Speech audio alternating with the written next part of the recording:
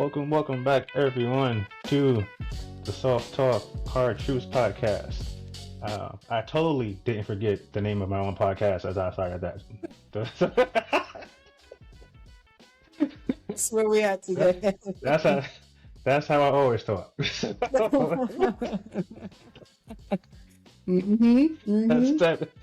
type of day that we're having, folks. But welcome back.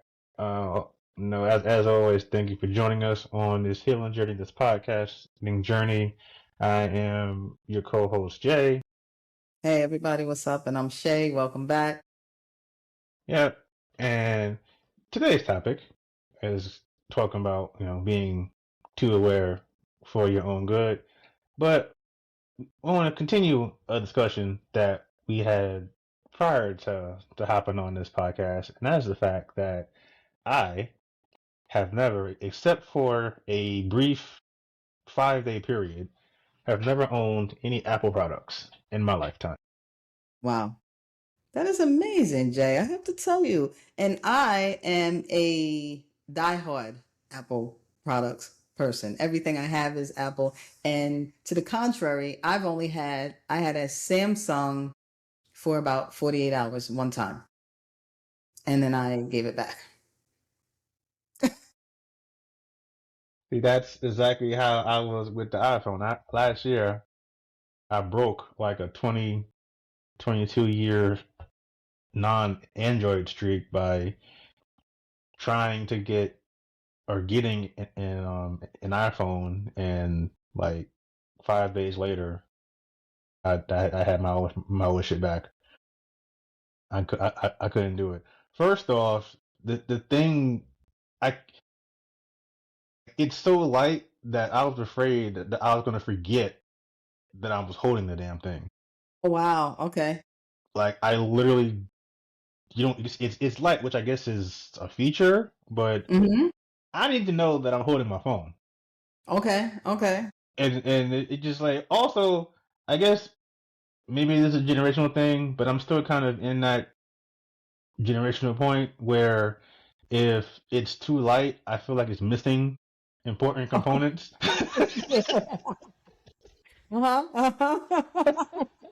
Yeah. Okay.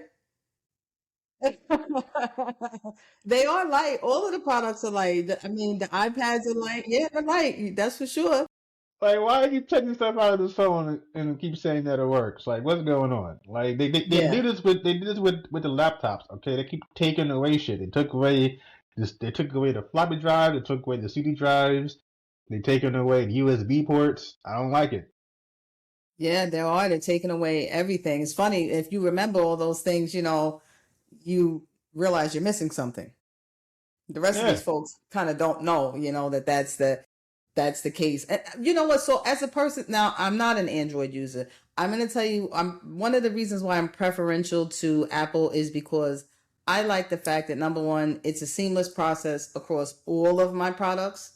That's number one. Once I have one, as you add them, you don't do anything. It already knows that you have it. And so you can intertwine in between one versus the other. You send something to something else if you want.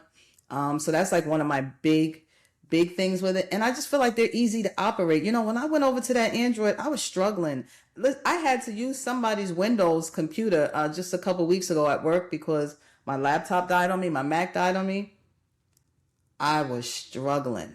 When I say struggling, I mean, wow, I felt like I was computer illiterate. So damn, I use a laptop every day.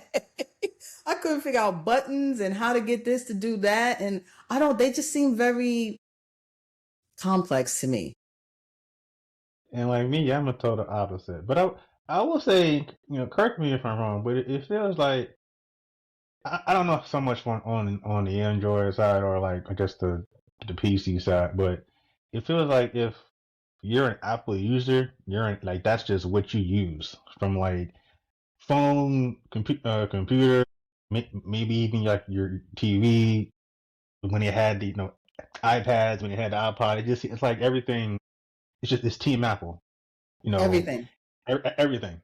Like it just Everything. seems like it's that way. Like I don't know anyone. I don't know anybody with one Apple product.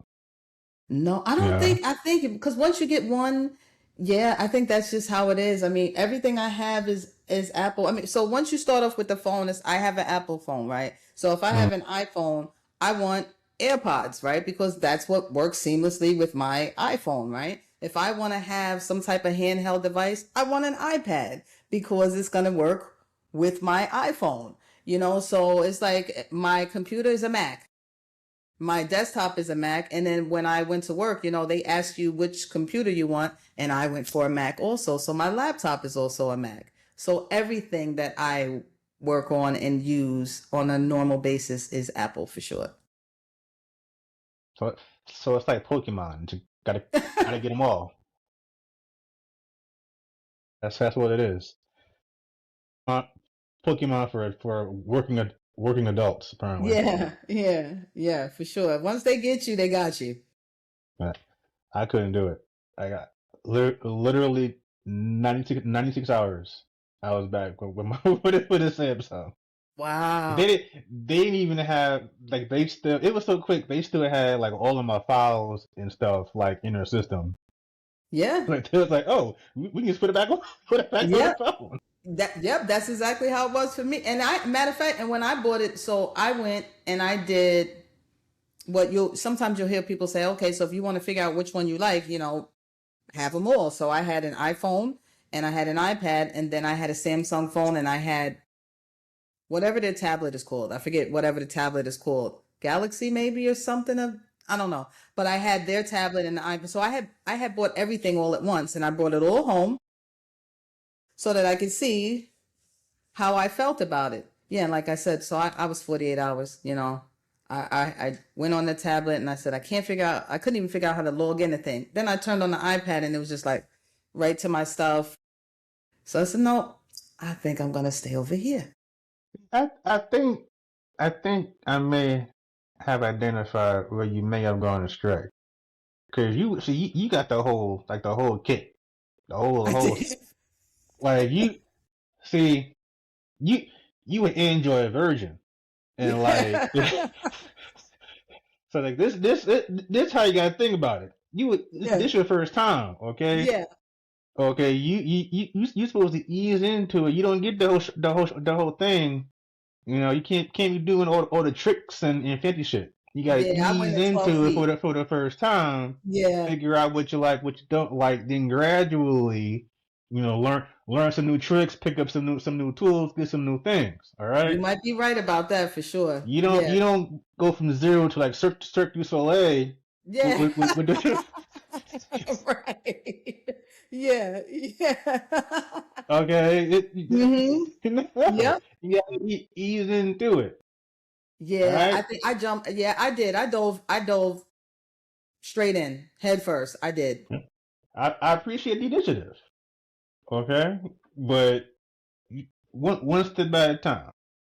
Yeah, yeah. It was probably a bit too much. And I felt overwhelmed, honestly. I was like, this is just, I'm not sure what's going on here. This seems like a headache. I felt extremely overwhelmed. And yeah, back to the store, everything went. And maybe I would have had a better experience if I did it slower. If I didn't do what you said and, the way you're saying it and like just jump in. Maybe I should have just got the phone or maybe just the tablet. And then just see. If I'm being honest, I have a tablet I have an Android tablet that the cell phone company gave me as like some kind of initiative. Yeah, it's in the box. Yes, but for future reference, don't take on too much. Take a little bit at a time. Don't take it all in. That works for phones and other things in life. Mhm. For but sure. For sure. Other things I said that. Don't, don't take on too much. don't take it all. Don't take it all in at one time, folks. No, So no, listen no. to young Uncle Jay on this. Yeah. Very You got to few things are meant ease to take into it. all at once. Exactly. Exactly.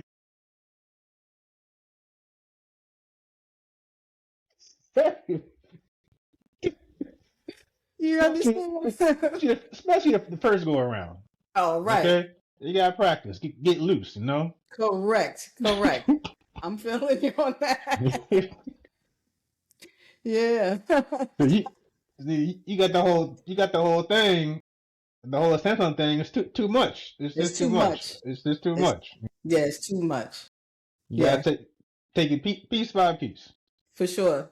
For sure. I've never heard someone just dive full in, just go full Android, everything like that. Yeah, man, I dove in like it was, I'm like, yeah.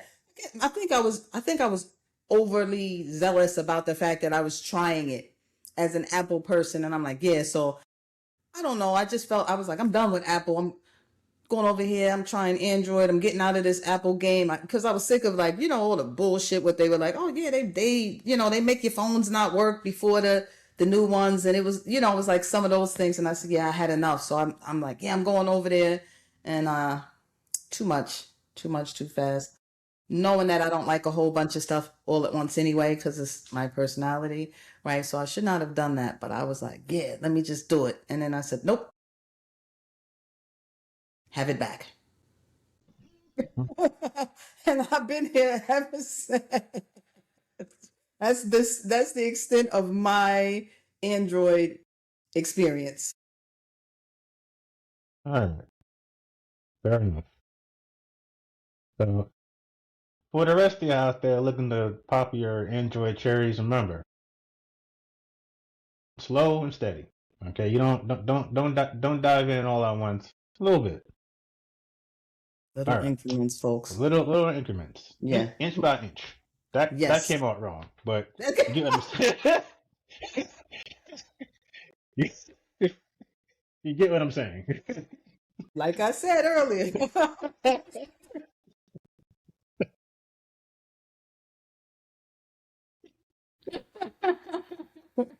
Just saying. Yeah. Oh my But gosh. Listen. You'll know we like to have fun. You know we like to laugh. And we're we great with do. tangents. You know? We do it We like are. no other. Mm-hmm. Listen, I do that a lot, and I generally don't do it on purpose. Like I be thinking because we just be on a roll, and I'm like, yeah, and I'm like, oh, that came out wrong, but it makes sense. Yeah. But you all got the point. You all got the point. You understood. You know what we're saying. Mm-hmm. Any way you want to interpret that, you know what we're saying. Exactly. Yeah. Well,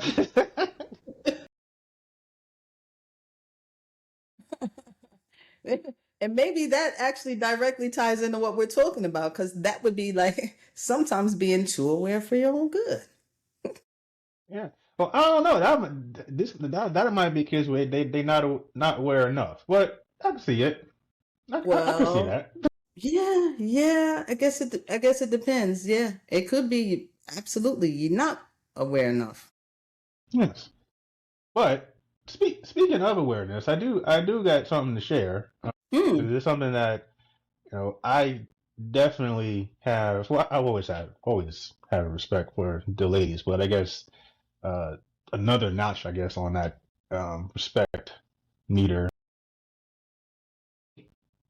Understand or have a better understanding of why some of y'all like pockets because because I recently bought like couple pairs of sweatpants, and I'm rocking them. They fit. I like them. I prefer my pants a little bit baggier, but these more of a slim fit.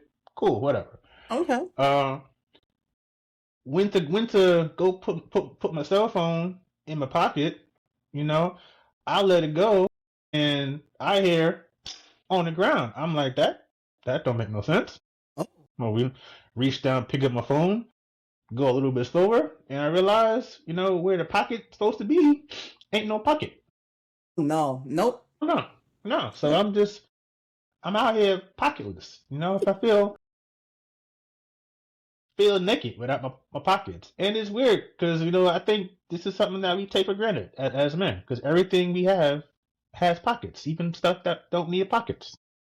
Yeah. But like some of our jeans got pockets in pockets. That's how much we. Wow. Yeah. Yeah. Yeah. It got the bigger pocket and it got the little pocket for In the something little pocket, small. right? Yeah, yeah. What goes in the little pocket? What goes in the I little don't pocket? I thoughts and prayers. I don't know. Like I don't know what you put. You wonder that you see that little tiny pocket. You're like, well, so what are you supposed to put in there? I don't I know. don't know. I don't really have pants that have that pocket in it. I mean, I'm a woman, and we don't get those. Sometimes we Yeah, don't get any pockets. but it's frustrating because even just one day without pockets, and I didn't know what to do with myself because I don't have like a purse or a bag. So and I typically keep my cell phone or my wallet, car keys, and home keys, or some combination in my pocket. So I gotta walk around with all of this shit in my hand, or keep it in the car. Yeah, that's annoying. Yeah. Yeah. So, ladies, I understand why. Unless you get, Well, what's the bag? What's the little thing? You know, the men sometimes they wear the. They used to be like fanny packs, but I don't think anybody wears them as a fanny pack. I see a lot of people carry them on the arm now. That's what I see a lot of the men doing. oh yeah, a little over the shoulder type deal. Yeah, the little over the shoulder. We do anything not to call it a purse. I was gonna say Um, it's a man purse. I mean, it's a man purse. Like it's a we'll purse. put it anywhere, just to call out something different. Because like Yeah, it's over the shoulder. Some still wear a little fanny pack. They got like a yeah, little suspender joint that like come down the sides, or like like yep, holsters. I'm correct. like, yeah, y'all will do anything not to call it what it is. It's a purse. It's fine. Yeah, it's You're a not man gonna. purse. Yeah, like if you were boxing, you would still call it. They call it a purse in boxing. Yeah, for And what you win, right? yeah, and they're Yeah, half naked fighting, but that's okay. Like this is like no, this is boy logic. This is yeah, boy math. yeah. Okay, I was gonna say boy math. Yep. boy math is being totally fine with two half naked men fighting over a purse, but in real life, having a bag and calling it a purse is somehow feminine. Is a Okay, problem. Correct. it's a Yes. problem. Okay, Mm-hmm. hey, I'm gonna agree with that. And but you know the funny thing is, so me, okay, like many women nowadays, I have definitely adapted a wardrobe that is very heavy on yoga pants. I wear a lot of yogas. Um, I like my yogas to have pockets in them so that I can slip my phone in there. I don't carry a lot of things on me as a rule. Typically, what I have on me is probably just my phone. I've adapted now where even when I'm in the store, a lot of times I don't carry a purse anymore because I don't feel like it. Um, but I find that so every once in a while I do have some yogas that don't have a pocket, and when I wear those, yeah, I can feel it 100% because I'm like now I'm carrying a phone and I'm very aware of the fact that I'm carrying a phone, and that's when I'm like, damn, I should not have wore these. I should have wore the ones that have the pocket. But see, luckily for me as a female, having on yoga, so the phone just goes right there in the front. You know, you can put it on the side or what have you. But that's what we do, and it just stays there for the most part. Or I can put it inside of here. So yeah, so we do have a little bit of a different option but depending on what you're wearing. But for someone like me, I think those are built-in pockets, but yeah, I get it. Those right? those are nature's Yeah, pockets. right. That's hey, listen.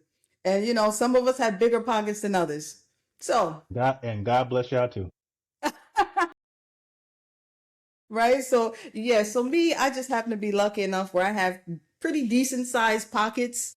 So, in there it goes for me. Yeah, just Fair telling enough. you. Yeah, matter of fact, I did it yesterday. So, I was out, I was like, okay, I'm not carrying this damn phone. So I took it and it became friends with the girls for the day. To the women who actually turn into MacGyver and like realize that like this area can like just store like the entire universe of things. Yeah. Yeah, Especially you can store some especially stuff in parents, there. especially parents like they be pulling out like stacks and change and phones and kittens and Excalibur. Like it's crazy. Yeah, yeah, you're gonna have a snack in there. I put my AirPods in there, Hmm. so I can dig them out. Yes, but I realized they do this because they ain't got no pockets. Yes. And ladies, I get it because I understand why I get so excited when you see a dress with pockets. Like it has Oh, pockets. Like they just get it's hilarious. It's they pockets. are. Oh, They I do actually they only do own one. they do little bands with Yep. with You take it pockets. and you swirl. Yeah, you swirl it around.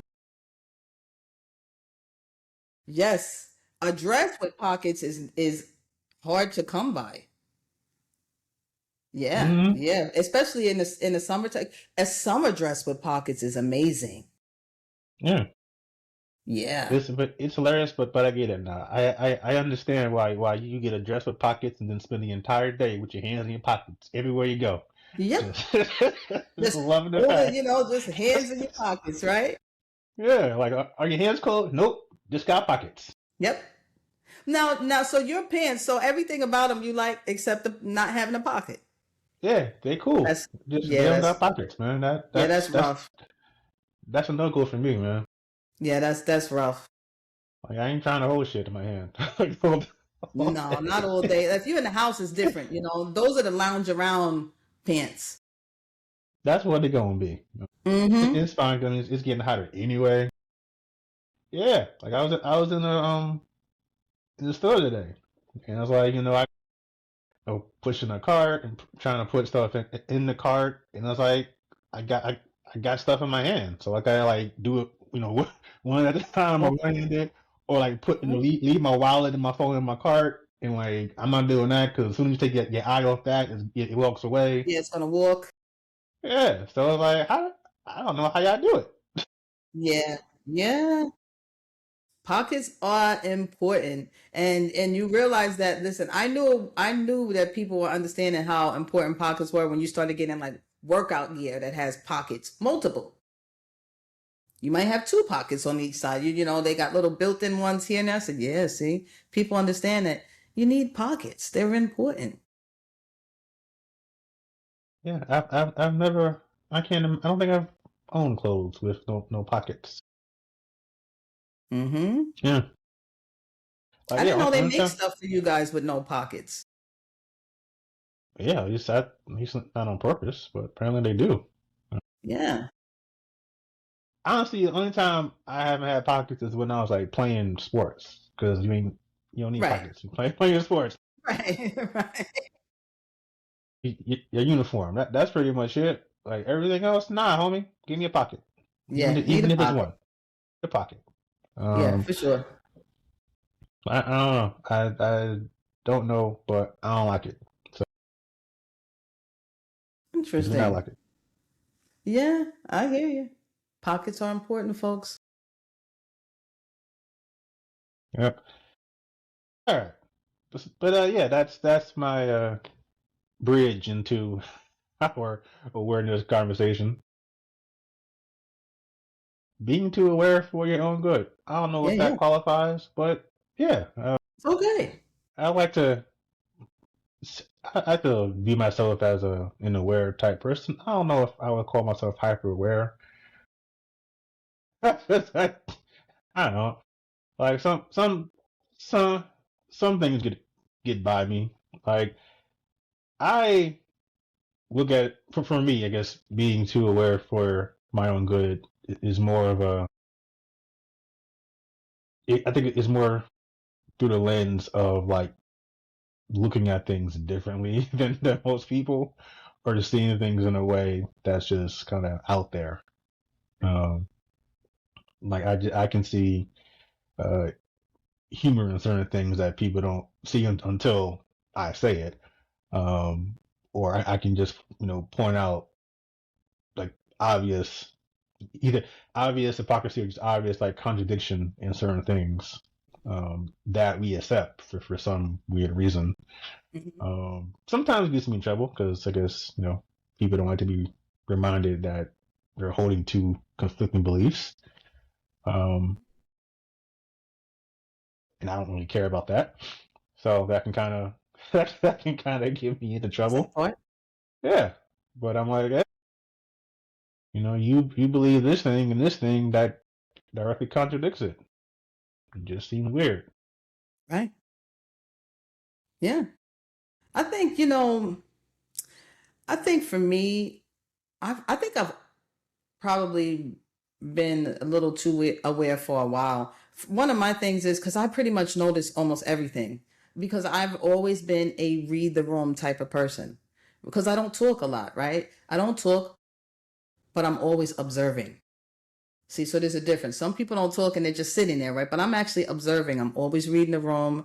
Um, I'm always reading energy, like feeling out the vibes, the energy of something. Like those things are part of my everyday interaction. I think that probably earlier on in life, another aspect of it was I probably did a lot of overthinking. In anything like overthinking a conversation, whether it be a in-person conversation, a phone conversation, an email, things like that. Yes, but I've since learned to not do that. Right now, I'm at the point where it's just like, it just is what it is. Because I think about things before I say them. So I have faith in myself that whatever I'm saying, I'm comfortable with. You might not be comfortable with it, but I'm comfortable with it because I don't rush in to respond or react. Makes sense. Yeah, definitely similar in that. I'm definitely like not much of a talker when I'm out and about or in settings with a lot of people. I definitely prefer to kind of just get the lay of the land, see what everybody is about, Mm-hmm. what they're talking about, what Fill they you be up. about. Yeah. Exactly. Yeah. Yeah. Mm-hmm. And yeah, like like you said, you can definitely pick up certain vibes from certain people. And rightly or wrongly. But it is what it is. Um, I definitely it's gotten me. When I was younger, particularly, it definitely got me in trouble because people, like they see you kind of like, not engaging or not interacting, keeping your distance, and obviously they want to know why. Um,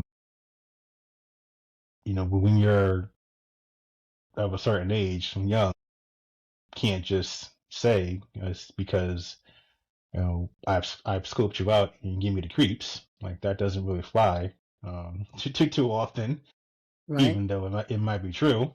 Uh-huh. Most of the time it's Most of true. the time is true. Yeah. I Mm-hmm. can imagine, particularly if you were a, a young woman. I can imagine that that's true a lot. But you can't say that all the time. Mm-hmm. So it definitely got me in trouble. But I've kind of still learning how to manage that. I think one of the hardest things to do though is to kind of turn that off. Like it just never turns off. Um, and to be honest, I don't know if it necessarily should because I can definitely point out a couple of times where I tried like not to do that and things have turned out worse than it should have. So, but yeah, it can definitely be hard because kind of how you said, you start overthinking interactions, mannerisms, conversations, even if it's like from from months and years ago, Yep. and you just start just going down this rabbit hole. Yeah. Yep. Yep. Yep. You can get down that hole quick too. Hmm. Yeah. I agree. I think that, and it's funny because I mean, we've talked about it before how when you're a person who does not do a lot of talking, people always want to know why. Hmm. And sometimes it is just because you are just so aware of your surroundings, of protecting your peace, of following your intuition of whatever it is that you feel about the environment or maybe a specific person or whatever it is. So for me, that's why I don't talk a lot of times, because those things are more important to me. Before I'm worried about, interacting, I want to feel things out. I want to, I need to feel comfortable. I'm definitely never going into any big party or gathering or whatever it is and just right away diving in. It's never been me. I don't think that will ever change. Even if it's people I know, right? So this isn't always just something that's applicable to strangers. This is just in an environment in general because there's so many people, and and I think I'm also very emotionally aware or observant as well. So all of those things, like, they tie in, and you're right, and it never cuts off, even when you want it to. Sometimes even at night, I have a hard time shutting my thoughts off. That's why, anybody out there, if you follow any of my content, or, any of my Quiet Crew content, you'll see me post things like that sometimes. Yeah, so I'm just letting you in to my thoughts and my brain sometimes, because sometimes that happens. I'm so aware of whatever happened, or I'm so hyper vigilant about whatever took place during that day, or maybe in the last week, that I don't go to sleep because I'm still thinking about it. Mm. Speaking of being aware, or in this case, lack of awareness, I was just texting my my landlord, well, soon to be former landlord. Okay. Um, a few months back, we had an issue with our HVAC, so heating in the AC, and the way this apartment is set up, I have the HVAC units for both my unit and the neighbor's unit on the top floor. That's just how it's set up for whatever reason. So if something's wrong with their AC or heat, a repairman has to come into my unit and take a look Okay. at their unit. Got So it. last time around March, when the heat was messed up, they came in and looked at the unit. Um, excuse me. They came and looked at the unit, and they took out the AC filters and never put them back. And I told the landlord, hey, you might want to get these things, we'll get them cleaned and then get them put back, and never heard anything. So they just sat there for the last 2 months, and now it is currently 85 degrees, and the neighbor's AC isn't working. I wonder why. Could it be these four filters that have been sitting on the top floor out for the last 2 months? Wow. After I told you, just this whole lack of awareness. Um, Mm-hmm. That's so silly. it is. Um, it really is. But that's what happens when you're not aware. Um, Yep. Yep. so it kind of goes both ways. Yeah. Yep. It does. It does. I agree with you. I think some people, I think for some people, finding a happy medium between being too aware and just being just oblivious of things is hard. Because some people just kind of like to stay in that. I don't. I'm not sure what they call it because I don't reside there, but almost like aloof to most things. Um, and then you got other people that are kind of over on the other side, right? Who are too much into everything that's going on, every day. So, and honestly, to everyone's credit right now, I mean, the environment and the world that we're living in, I can understand why some people are just brains on overdrive, because there's a lot of stuff all day, every day, there's something going on, and so that part of it I kind of get right about now. I think there's a lot of people who are, I guess, what some people will call too aware. That's a product of the environment, though. It's just the climate. Yeah. So when you say too aware, like what exactly do you mean by that? So, I mean, like the folks, I mean, when you feel like, because I feel like there's some people that maybe didn't notice things before, but now because some of the things that are happening are so egregious, right? That not only can you not ignore them, but then it makes you be aware of other things as well. So I see a lot of people that perhaps before weren't aware of maybe other people's struggles and strifes now seem to have some awareness. And maybe it was one thing that said, okay, I get it.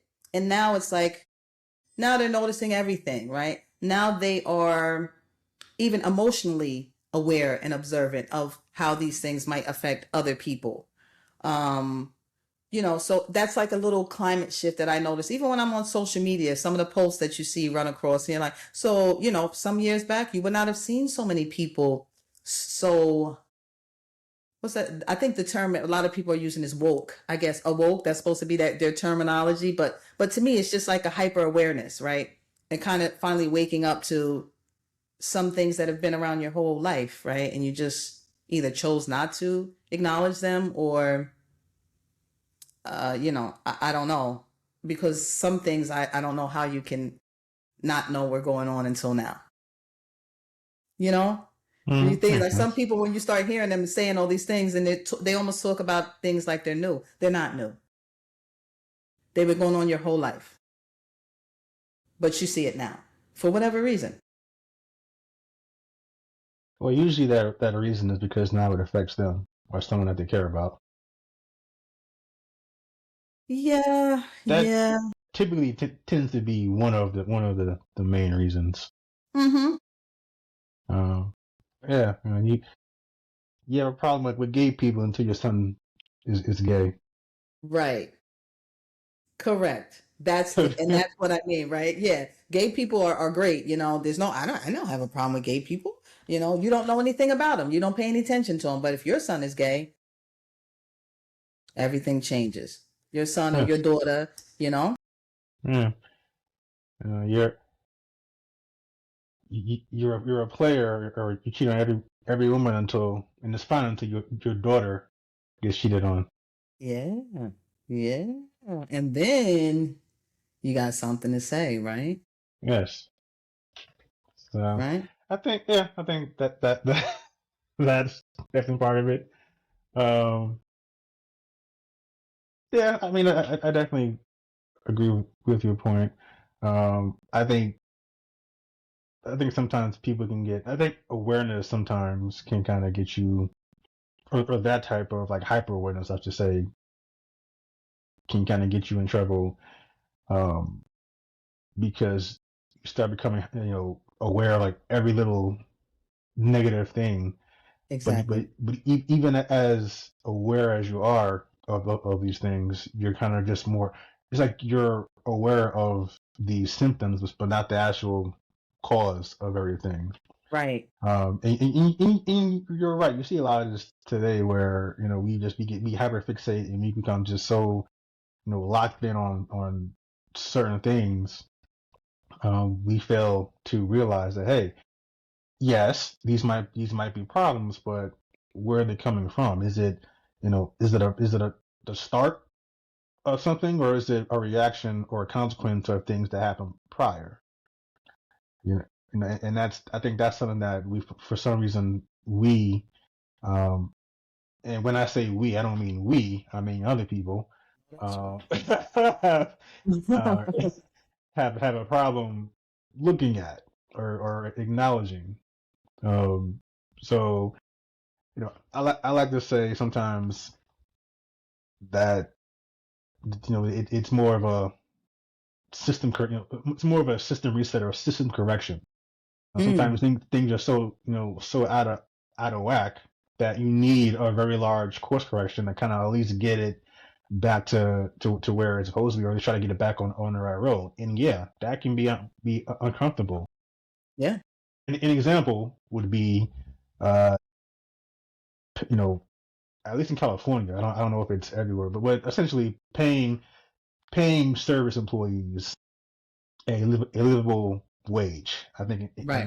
in California, where I used to live, I think they passed a bill that essentially, um, excuse me, made the minimum wage, or made the wage for McDonald's workers, fast food workers, $20 an hour. Um, a lot of people were in favor of it. A lot of people were not in favor of it. Of course. The people who were not in favor of it, did have some valid points. If you're going to pay workers 20 bucks an hour, that's obviously going to increase your labor costs. If I'm a business trying to survive, Right. I'm not going to eat that. I'm going to pass it on to my customers. So obviously the Correct. pricing is going to increase. Right. That's a real thing. Mm-hmm. Mm-hmm. Add in the fact that rent's going up, supplies are going up. Yeah, so supplies are going up. Everything is going up. Wages aren't going up, so people now are in a position where they gotta decide whether I'm a go to McDonald's or pay for something else. Yeah, I can see that. Yeah. However, I would question. Let's go back to some of those things that I mentioned. One of the things I mentioned was that wages aren't going up. Um, everything rises except the wages. Correct. Why is that? Why is that? Why why is why that? why is everything going up except wages? I'm not Mm-hmm. an economist, so I'm not going to explain this as articulately as an economist would. But you know, maybe this is kind of partly a course correction of underpaying your service workers for the last 5 decades, and it just happens to come at a time where everything else is expensive. It's expensive, right? So yeah, it looks bad. It looks like we're paying someone 20 bucks an hour to give you the cheeseburger. When that's not the case. It's just not the case at all. Right. We've been underpaying these guys for the last 50 years, and now they have to have a second job just to get basic things that they need for survival. Right. It's not them being greedy. It's not them being lazy. It's that no, working at McDonald's unfortunately isn't enough to pay your bills. And again, it just happens to come at a time where everything else is so expensive. But maybe instead of blaming or getting mad at the workers, maybe try to figure out, hey, why is everything so fucking expensive? Yeah. So that's the problem. Yeah, and, and me personally, as a business owner, I would say if you can't afford to pay your people a living wage, and that's probably a hit and a half, that you don't need to be in business. Yeah. Yeah. Absolutely. Pay people a decent. I mean, people should be able to live. You go to work. People work hard for you, and those people are working hard for you, and they should be able to live every day. They shouldn't be struggling every single day to work. On the on the same token, I mean, right now the way everything will has been, I think a lot of people are struggling. Yeah. I feel like, I mean, not just people that are working at McDonald's or not just minimum wage workers. Right now you see a lot of people struggling because the cost of living has gone up and the wages are not accompanying that cost of living, that rise in the cost of living. So you have a lot of people who even have what I guess someone would consider to be a good job or have a good wage, and they still have a second job now, or they've had to go out and get second jobs because of how everything has just gone up. And the question is, yes, why is that so? Yeah. Like, why is it, you know, it's weird because I was, living in California where, things in general are more expensive, but you have Mm-hmm. making, people making six figures living paycheck to paycheck. I'm talking, decent six figures, Absolutely. you know, Absolutely. That's what because, I'm yeah, Yeah. because everything is so fucking expensive. Yeah, people making six Yeah. figures, but, you know, well, I don't know how true this was, but apparently there was somebody that was working at Google and decided to like live in the back of a truck to save money. I don't know.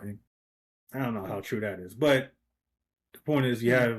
you have people making what anyone would consider, or what most people would consider, a decent wage, Right. and they're struggling. Like they're not Yeah. comfortable. Yeah. Um, and it doesn't help that you know, we kind of have these generational kind of battles. Some of our parents and grandparents talking about, yeah, well, in my day, we used to be able to afford all these things. Like, yeah, because a car costs $800 in your day. Correct. A house costs eight grand. Right. Like it, just like A nice one. And we're talking about nice things, yeah, nice house supply yeah. Like it didn't cost. yeah, not no junk. Yeah, college costs 3 grand a year. Right. You could actually afford to live and actually grow your grow wealth. You don't have that No, anymore. we do not. So there's that. Yeah, it's just that. I was going to go off on a tangent about different generations, but I'll save that for a different. Like it like I deal with this with my parent. He's always talking about this generation and that generation. I I don't know. I hate it because every generation is different. They have their pros and their cons. But for some reason, this and maybe it's just being older. I guess that you feel this way. But I get a lot of people in the older generations, boomers and beyond, always talking about how easy things were or how they were able to get things done or how they were more had a better work ethic or whatever. And I'm like, sure, but they also put cocaine in a soda in your day. So like, maybe that's why you have so much goddamn energy. I don't know. That might be. I don't know. Might I don't know. Okay. something to do with it. Should do something. A little Yeah. bit, okay? Yeah. Right. Yeah, I agree 100%. Because I mean, every generation, I think it changed because, I feel like, same the way my parents or our parents lived and the way we lived, and then me being a parent and I look at my kids and I think, our parents say about how I walked 5 miles to school and I did this and this course that and that. Okay, but so things are different. And then I have how I grew up, right? And so I can say that to my kids, right? But now I'm watching them as they grow up, right? And so their life is so much different than mine and how I grew up. And I think sometimes as parents you get caught up in the whole thing where you like want to everybody says you always want your children to have and do better, right, than you did. And you don't want your children to struggle as much and all those kinds of things. But you got to have a happy medium to get there. You got to figure out how to provide for your children in the way that they need to be provided for without over coddling them, I'll say. I feel like, and I'm probably guilty of it to a certain extent, right? Because my kids have a little bit of an age gap in them, right? Because I have my daughter much younger than my son. And, you'll hear them say, my daughter will say about, oh, well, I couldn't have this or that, or we couldn't do this when I was younger, right? And then my son, on the other hand, has all the things, right? You go in my son's room, he's got, like, I told you he's a gamer. So I think he's got 4 monitors in there. There's like 4 monitors. He's a serious No, yeah. This guy's a serious gamer. He's got like 4 monitors in there. He's got this whole thing set up, right? So she looks at him and she's like, yeah, your life is easy. You have everything. She went working as soon as my daughter turned 16, she went to work. She wanted to, though. I mean, we had the conversation. She wanted to work. My son is 16. He does not work yet. I don't know when he's going to start working. I'm not sure. Maybe but when he turns 18, but you see what I mean? But you see that there's a disparity, right? So, and as the parent, I imagine I have something to do with it, but I'm not sure how to change it. If you know what I'm saying? I don't know. Let me I guess approach this really from the only way that I can approach it, just from someone with no kids, so an outsider. So you know, as a child of a parent, let me tell you, because that's how we're gonna preface thing by saying, you know, as a child of a parent, as a daughter of a father, like Yeah. Yeah. It sounds better that way though. I it got sounds it. yeah, it sounds like official, like I Hmm. know what the fuck I'm talking about. Yeah, that's And an authoritative approach. yes, yes. You, I forget you have the two or you have three. Yeah, so I got my little man that's in here, and then I got my son, and then I have my daughter. And my daughter's grown. So So, but she's still here. fair enough, but yeah, that so little man gonna be trouble. I can tell you that right now. If Little man gonna be a you whole. went He's from already in trouble. so you went from firstborn working middle boy not working yet. That little one, okay. Yeah, yeah. So that's the thing. So yeah, you can forget it. Him, I mean, I don't know.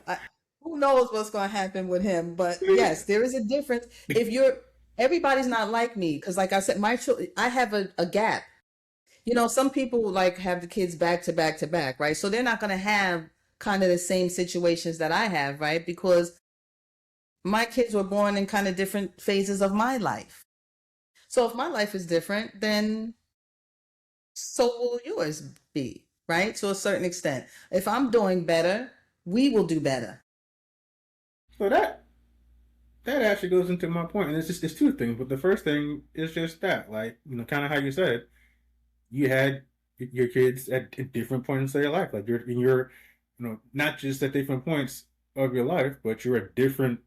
I assume you're a different person at each point in your life. You things that you learn, things that you accept, things that you won't accept, things that more aware of shortcomings and strengths, and how that drives how you parent, not just Right. your oldest, but all your children, and it's different. Sure. Some things, some things that you do for your son, you don't do for your daughter, not because you look at her differently or don't want to. It's just that she's not where he is now. Like if she was Right. 16, she would get this. Like it's just, Right. sometimes Exactly. sometimes it's really that simple. Yeah. Yeah. well, how do you explain that to your child? I don't Right. I Right. don't know. And again, this is just, again, Right. this is non-parent just looking at this. Like, how do you explain it to your child? And I guess my question is, um, I don't know, or do some parents realize that? It's like, if you have children either together or apart, it's not just different points in your life. Who are you at that time that you have with those children? And sometimes it's driven by how the kid is. Maybe your second born needs more assistance than your first one. Maybe your first one is just super intuitive, super self starter, and just never really needed kind of a kick in the pants. But at the same time, I can kind of see how if now I'm seeing my little brother get all the what I think is all the attention or more attention, I might feel some sort of way, but me not realizing that, no, it's just mom and dad always saw me like she got it, like Yeah. but Yeah. yeah, Yeah. maybe it would, maybe just for the hell of it, to it would have been great to say, to check in more often. Like I don't know, like how do you I don't know if parents think about all of that, mainly because I don't know if parents have the time to think of all that. I think for I again, not a parent here, but I have to imagine that at least for the first few years, your primary concern is keeping this motherfucker alive. Yeah. Yeah. Yeah. Yeah. Yeah, like I ain't got time That's to even it. think about how you feel about the shit. Yeah. Yeah. And it depends on, and like, how soon does another one come along? That too. Because Now I some gotta. people, like I said, unlike myself, they have one, and then like within a couple years, you got another one, right? So now you got two, and they're both in that time frame, and that is the focus, right? Like nurturing, and you don't think about those things, and so I think I don't know. I'm a middle child, and I think that I saw, I think differently than other people though. I can see a clear difference in my older brother and my younger brother. I don't have any sisters. I have two brothers. And so I can see why there's a different, I can understand now why my mother relates differently with us individually. She meets us where we're at. We're basically where we need to be met, right? So there's certain things that my brother might need or always needed as we were growing up. I did not. Right. And so now that I'm older and I think about it and I'm a parent, I can identify those things. I can't tell you I could identify them when I was younger, but now I understand it, because we are different. And like how you were given the example, I would be the child that would be considered to be the one, she got it. She's good. So I wouldn't be the child that gets a lot of attention. That's not me. That wasn't me. I'm, because of me, but maybe some of that is, yes, how you're relating to your child from what you see in your child, one versus the other. Because sometimes maybe it's the oldest one that's the needy one. Sometimes it's the middle one that needs more support or whatever it is. So I think as a parent, you have to recognize that in your children so that you can try to give them, because we're always trying to give them whatever it is that we feel like they need from us, even if they don't realize it. I definitely see that, and I think, I don't know how many parents do this, but I definitely see like meeting your children where they are in life, and I think that makes sense, because different kids have different needs, particularly not just when they come along, but how they come along. Like I said, one child he just might be the type of person you gotta stay on his ass. Just it doesn't matter if you're the firstborn or the baby. You gotta stay on his ass. You might have another one who's a go getter. Everything I tell her to do, she done did 2 days ago. Yes. And so I definitely get meeting kids where they are. I just, and again, let me know if I'm off base. I don't know if parents always like tell their children that they're doing that. And then even when would you tell how would you let your child know this is what you're doing? You obviously can't tell a 2-year-old that. But it might make sense for a 14-year-old to know that. Right. But the 14-year-old is also at a point where he ain't trying to hear nothing anyway. Yeah. And then the 24-year-old, might understand it, but they might feel it's too late. So it's I'm saying, we need to explain these things to our kids, but I also acknowledge that it's hard. Where, how do you do it? Oh, by the way, they still got to eat tonight. So Absolutely. Listen, this is all things that me having no kids things of. So I can only imagine how it is with somebody with children. But I feel honestly, I've done a lot of things in life. I feel like even getting to my career, finally making it there, I did a lot of sacrifices, right? And it was definitely not an easy road. But I have to tell you, being a parent is harder than all of that stuff.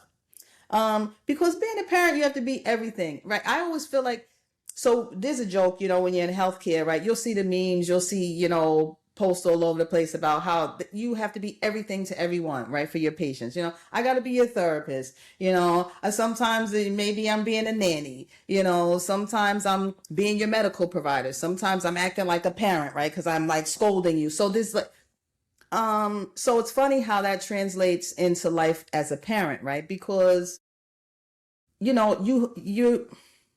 have to be like everything, and nobody can be everything and nobody can be perfect, right? So that's what makes parenting so difficult. And that's why it's hard to judge people by the way that they parent, because it depends on you. It depends on your children, because all children are not the same. And so all children do not call for the same type of parenting style. right? So you can't just adopt one parent, even if you are a parent that has more than one child, right? So all you parents out there that have multiple children know this. Your children are not the same. So you can't 100% parent each one of your children the same. You have to adapt and adjust to them.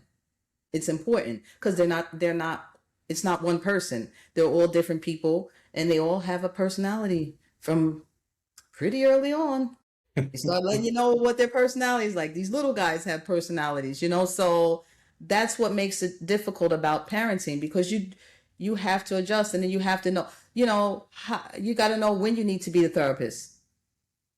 And that's hard sometimes, especially as the kids get older, right? You need to know when you need to back off, because sometimes you need to back off as a parent. You have to, right? So you have to learn when to just kind of be the silent supporter, when you need to really be scolding someone. Like, when do you need to be on their ass? Because it's not all the time, but there's definitely a time when you need to be on that ass. So that's what I mean. Like, there's all different, these are the facets of parenting, for sure. And especially parenting more than one child. And these are the difficulties of it.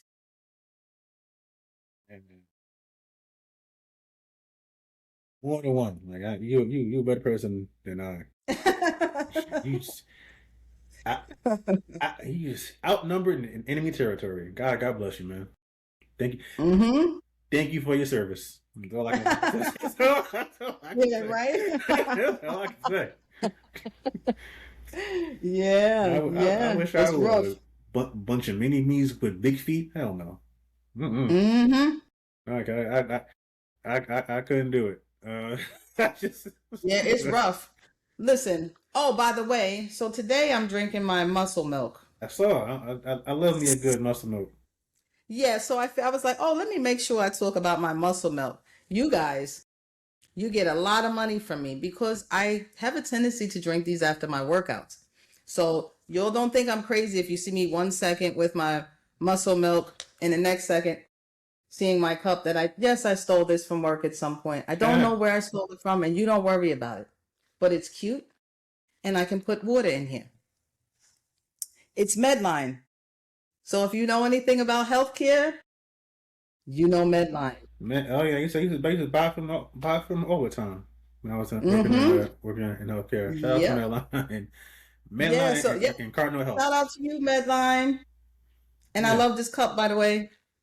I ain't never get no cup though, but that's okay.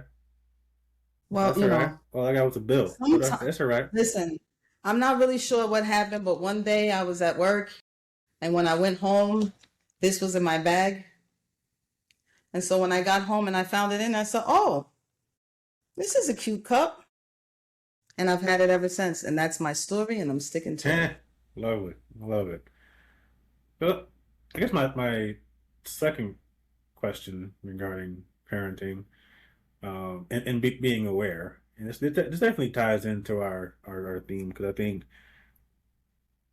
we talk about being hyper aware, and people rightly, when people think you're hyper aware, it means like you're aware of everything, but not necessarily. That's not always the case. I think sometimes we're hyper aware, but that means we tend to really fixate and focus on like one thing, or maybe a subset of things, and we just zoom in on that, and we can't see to the point where we can't see the forest from the trees.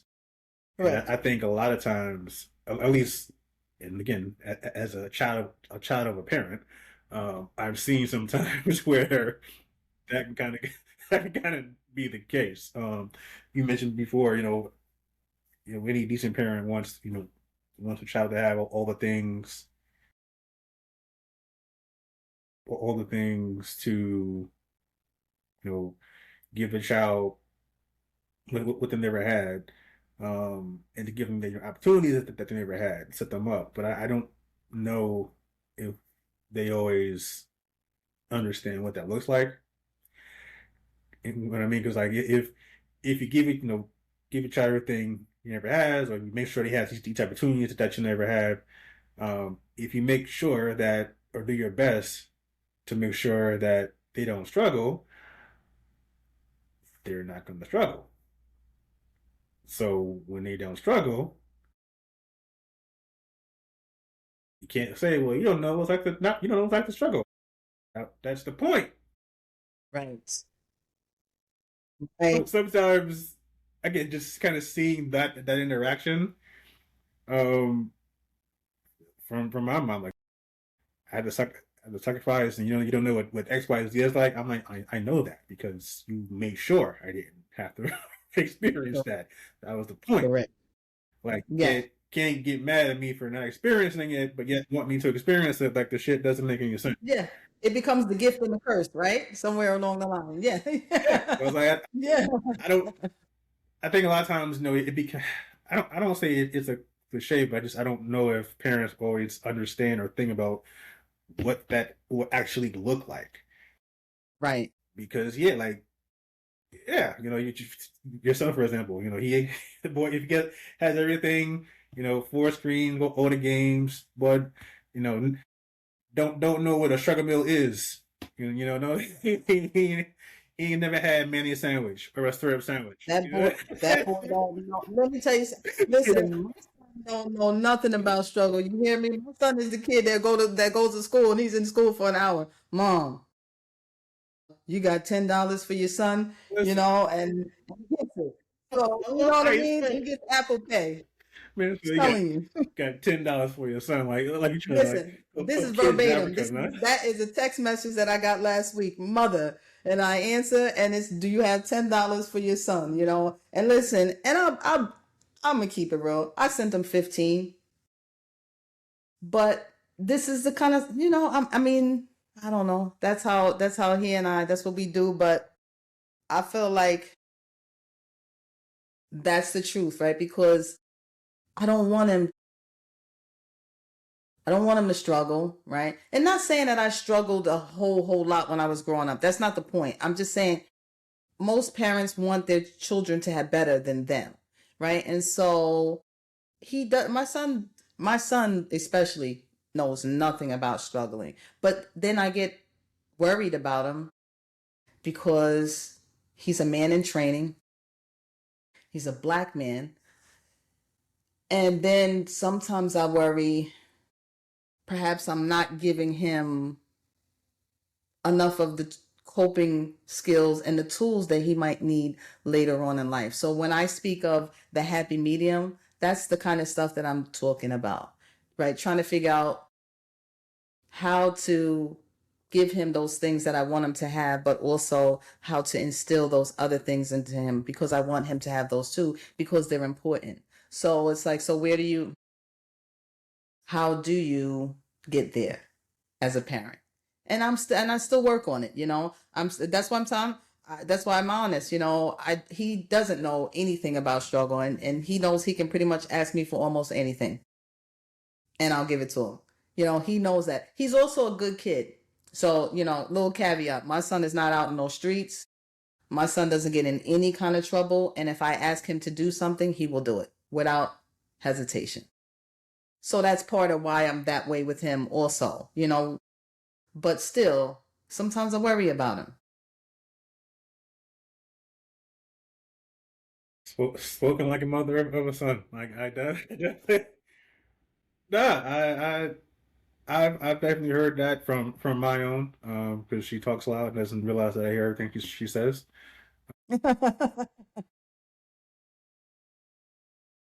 But I have heard that before, and it's yeah, it's tough because like you want to give a kid the world, but you also want to make sure that they can survive and thrive when you're not here, because there's going to be a time where you know they gotta take care of themselves.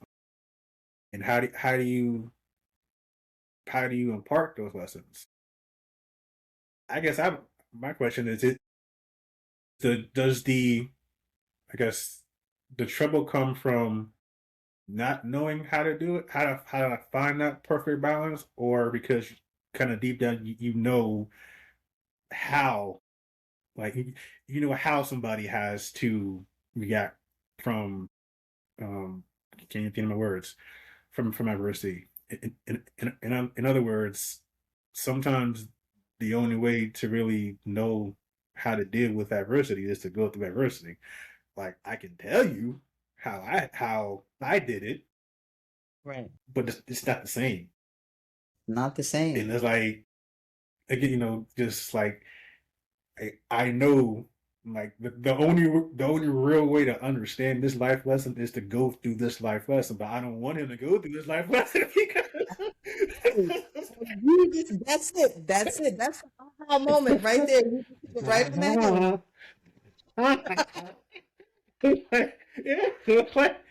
It's like, You got it. what?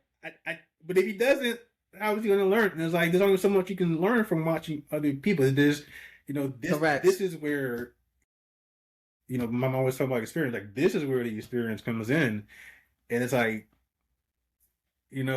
again, the non-parent in me says, your kids fail, but that's me with the benefit of not having me be in that position. It's easy for me to say that, but like to actually be in that, to actually watch your kid, and when I say fail, I mean just deal with any sort of adversity, any sort of hardship. Exactly. It could be, anything, but having to actually essentially stand on the side and either not be able to or have to make the choice, which I think is harder, have to make the choice to not to help. Like, big difference.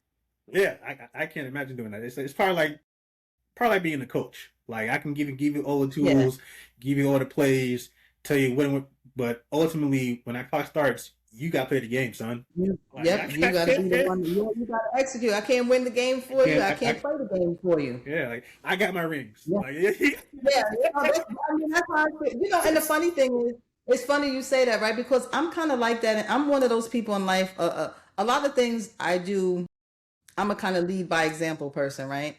Because I can show you better than I can tell you anything. Right. So a lot of times I'll say to people, so if you want to know X, Y, and Z when it comes to me, just watch what I do. Right. Because I'm showing you in every move that I execute. Right.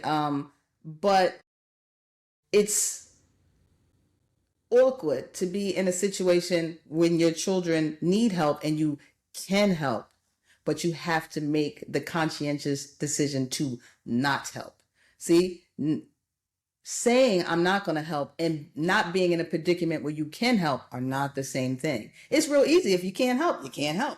Listen, that's easy enough. Can't do it. But when you can do it, and you got to be like, all right, so should I help or should I just be like, hey, you're going to have to struggle this one out? That's a real hard place to be in, because once you make that decision, then you got to watch them struggle through it, no matter how long it takes or no matter what they go through. So it is a very awkward position to be in. And that's with anything, just because that's with anything. Like it doesn't have to be, it can be from as big, I guess, as them having to figure out a way to pay rent this month because they bought some Jordans, or it could just be they forgot how to tie their shoes, right? And you've felt them 8 times in a row. They got to figure it out on their own this time, right? No matter how frustrated they get, no matter how much they cry, right? Yep. Yes. And I can't imagine how tough that is. Like it's just, but I also have to imagine that once they get to the other side of that, like when you see them get to the other side, you be like, okay, they got it. Yep. Like I have to imagine that feels good. Yeah, I love to see when my kids figure something out. There's some stuff, like there's things I will definitely, like I said, I will help, and sometimes like I shouldn't. But there's other times, where depending on what it is, I'm like, hey, work it out, man. Figure it out, and you'll be all right? When you get it together, then we'll talk about it. And so it's wonderful when you say that to them, because when I'm hands off, I'm real hands off. There's no happy medium with me, but that I'm either all in or I'm not. It's just the way it works with me in general. But when I do that with them and then I see them come out on the other side and flourish, it's such a great feeling because it's your child and you always want to see your child do well, you know. But again, always in the back of my mind with everything, I might have said this before, but I learned in my life, I find that I have learned better and have been able to take things and build on them from my failures more so than if someone's just helping me, right? It's like, okay, so we've all had a situation where someone has helped us, and not that you're not grateful for the help, but I just find that when I have had to actually figure something out myself and had to go through some bullshit somewhere in between, when I come out on the other side, I feel more accomplished that I have been able to do it. And so I want to also impart that onto my children because I think it's important. Yeah, it really is. It definitely is. Like I would say I kind of have like a hybrid of that growing up.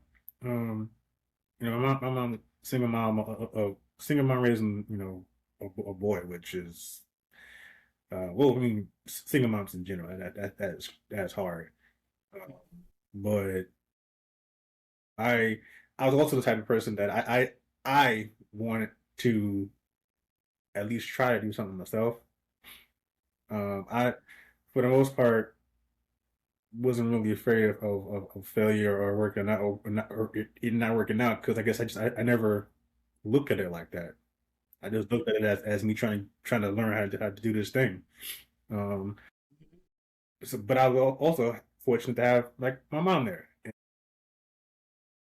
I think sometimes because of how she grew up, you know, she lost both her parents young, um, and her siblings just weren't the best. So she literally had to like learn and do everything herself and take care of other people. So I think, you know, not having not having someone there to guide you, or just to say, hey, look out for that. I think when she had me, she was like, I never want this. I never want me to have to experience anything like that. So she's kind of just there all the time, and it's which again I'm fortunate to have because you know how many kids don't have that. But I don't think she anticipated me one being a lot more self sufficient early on. She realized, but also seeing her handle things. I guess me trying to trying to be like her handle things yourself. So I think you know that's kind of how I always was. You know, again, part of that is you know a small piece of, you know, somewhere in the back of my head always, you know, is aware of, hey, if I need help, I can ask. You know, I am aware that I am aware that I have that privilege, and it is a privilege to be able to say, hey, I can you help me out with this? But at the same time, the majority of that was just me. No, I need to. I want to do it myself. Like I can ask you for help, but if I ask you for help, or if I ask you to do it, I didn't do it. Like that's how I look at it.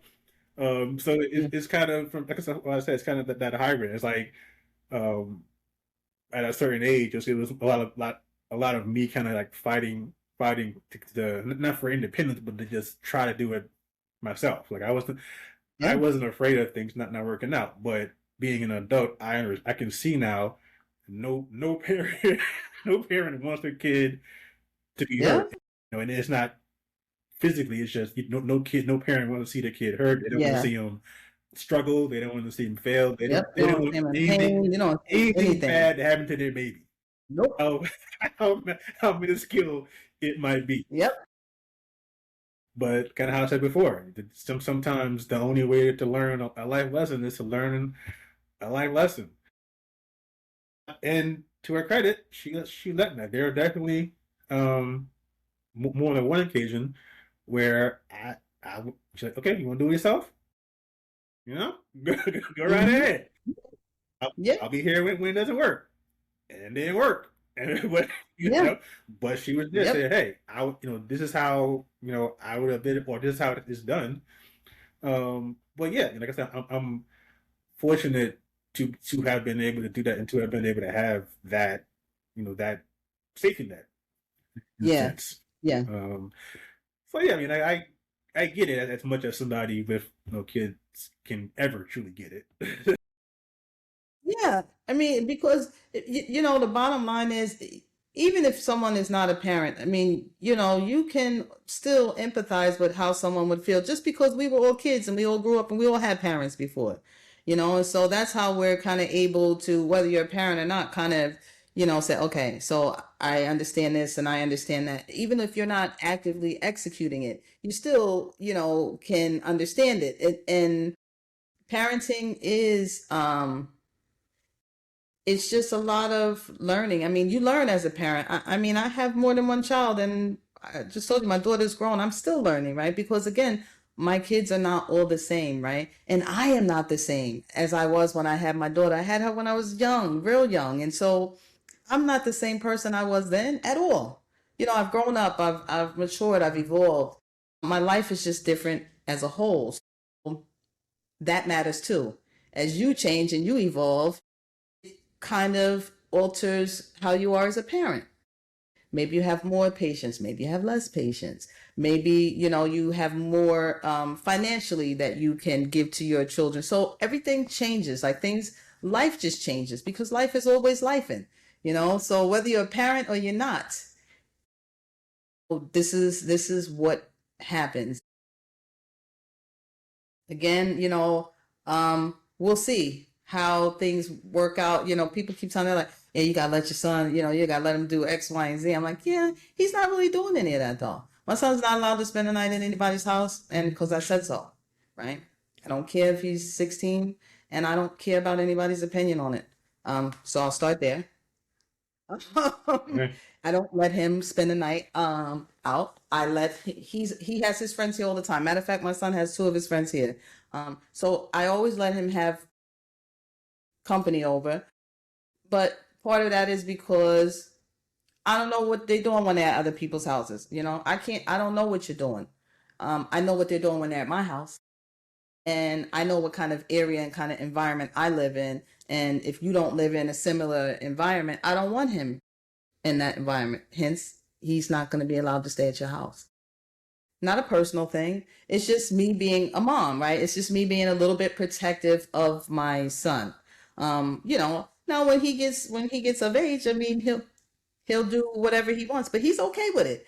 He doesn't mind because I've had conversations with him. I also talked to him, right? So I told him, and this is nothing new. My daughter never really went to spend the night at anyone's house besides family.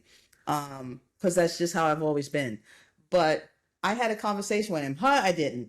Again, different time, different kind of parent, right? Him, we're different. I'm a little bit older, so I had a talk with him. Listen, son, so this is the deal. When he first asked me, so no, I'm not going to let you spend the night, but I'll tell you why.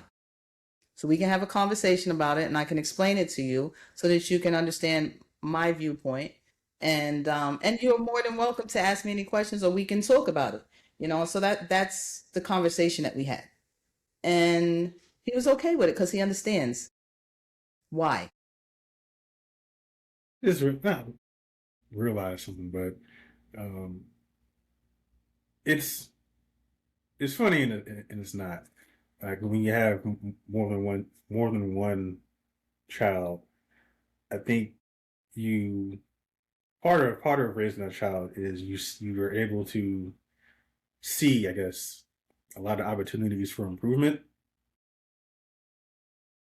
which is good. I think. I think the only downside is that another way of saying that is that first kid is kind of a test kid.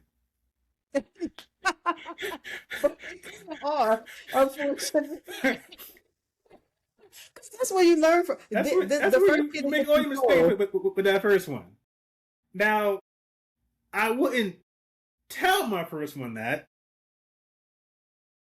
but I also don't know how you explain that. And that's why I'm not a parent. Yeah. I don't want those problems. I don't think anybody explains that. I think How do you explain that? You can, that's what I'm saying. I mean, we all do it. Every parent, if you're a parent and you say that you have more than one child and you say that you didn't, come on, you're not being honest with yourself, because this is your first time out the gate. So you do stuff, you find out, okay, no, that don't work. So we definitely don't do that. From everything, from how you put your children to sleep, to how you feed your children, to how you get your children to behave. Right? Like everything, because the first time you do it, you don't know any of that stuff. We're learning together. We're trying to figure out, does this work? No, that doesn't work. Does this work? Yes, this works. Right? And then you get to your second child and you like, I'm doing what I did with that one. And some of it works and some of it doesn't. That's the thing. Like you hit it on the head. Like we both in school. Yep. I can't help you with this. I'm learning too. Yep. Listen. I'm just in a higher class than you, but we in school together for sure, because you are learning for 100%. You're learning with that first child. Everything. What Pampers do you use? What Pampers work best? What wipes do you use? Everything. How do you get the kid to eat? Yeah, like that. That's the thing. It's funny. Like we're having a discussion, and I'm just like, stuff that I kind of had a hint, but I'm now it's kind of solidifying. Like, yeah, like that first one, it's a test, and like you're both learning. But by the time when that second one comes, now I guess you're more of a tutor. Now you can actually teach. You can actually teach and apply what you know. That first one, hey man, you was there with me. You should learn. You should know this, okay? You was there. You're supposed to be helping me. Exactly. You're supposed to be helping me. I guess I guess the only thing like you can really do is just hope that they have kids and that they get it, and that they get it at some point. Yeah, so like but they do help you though. That's the one thing you hit on the head. By the time you have a second child, your first child will start helping you with the second child. Yeah. Because they have learned some things too, so they kind of draw off of their frame of reference from when they were growing up, and so then they become, part of the care team. So that's nice too. It's just, unfortunately, sometimes the first kid is almost like a gimme, like a gimme. I don't know, it's saying it in a nice way. Listen, I frame it in like when I do my workouts, if we do 4 sets, right? The mindset is the first one is a gimme. And then you do the next 3 sets so that you only feel like you're doing 3 sets. So that's almost. First one is a warm up. So you use the warm up with the warm up kid. It's really how it goes. It's unfortunate. 2 and 3 is the real workout. I get it. I totally get it. Oh my goodness! Listen, for all you first children out there, God forbid, I'm a middle child, like I said. So But yes, the first child, that's how it is. Yeah, I'm my mom's only child, but I guess in total, I'm like more of towards the youngest that I know of. I'll just leave it there. Wow. But yeah. I always, but I guess I always just had kind of, I guess, the older child mentality because I was the only child. So, but still. I'm, kind of how you said, we both learning. So my mom is learning with me. There's no one after me to improve her craft. Right. So that's the only difference. This is it. But as I always say, how do you mess with perfection? So it's right. Cool. Well, yeah. Hey, there's nothing to improve on, right? Listen, one take drink. Yeah. Okay. Listen. That's what I always tell people when they're like, "Oh, you don't have any sisters? Why would I need a sister? My mom didn't need any more girls. I mean, it's me. That's it. That's it. She didn't need any more girls. It was the boys she needed to improve on. That's why I got another brother. Exactly. When you hit a hole in one, you good. You're not hitting no more. Yeah. I'm out. Yeah. It's done. You walk away. Listen, game winner. Right. Done. When you hit the game winner, you're gonna go back in the corner and play some more. No. Listen. Right. That's it. That's it. I feel you 100% on that one. When my mom had me, it was like Jordan in 98. That's it. Yep. Okay. That's it. You know why he messed up? Because he came back. That's where you messed up. That's where he messed up. Yeah, that's where he messed up. He should have just left it alone. Should have just left it alone. Sometimes Okay, you leave things alone. leave things alone. That was the only child, and then he went to That's wizards. it. Them crazy ass siblings. Yep. They didn't need that. He didn't need it. And it all went left. All went left. It all went left. All went left. Okay, you got a bunch of Yeah. badass kids, Yep. and now Mm. now you're older with less patience. Okay, trying to deal with these kids. Mm-mm-mm. Mm-mm. Now you got broken. That now you matters, got people. now you got a broken home. But anyway. Yep.